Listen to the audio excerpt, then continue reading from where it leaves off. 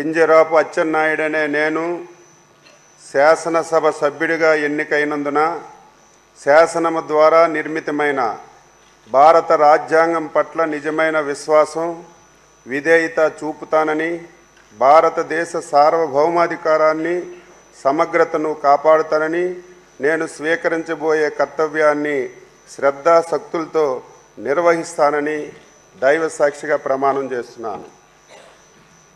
ఆంధ్రప్రదేశ్ శాసనసభ సభ్యుడినైన కింజరాపు అచ్చెన్నాయుడనే నేను సభా నియమాలకు కట్టుబడి ఉంటానని, వాటిని అనుసరిస్తానని, సభా మర్యాదలను పాటిస్తానని, సాంప్రదాయాలను గౌరవిస్తానని దైవ సాక్షిగా ప్రమాణం చేస్తున్నాను.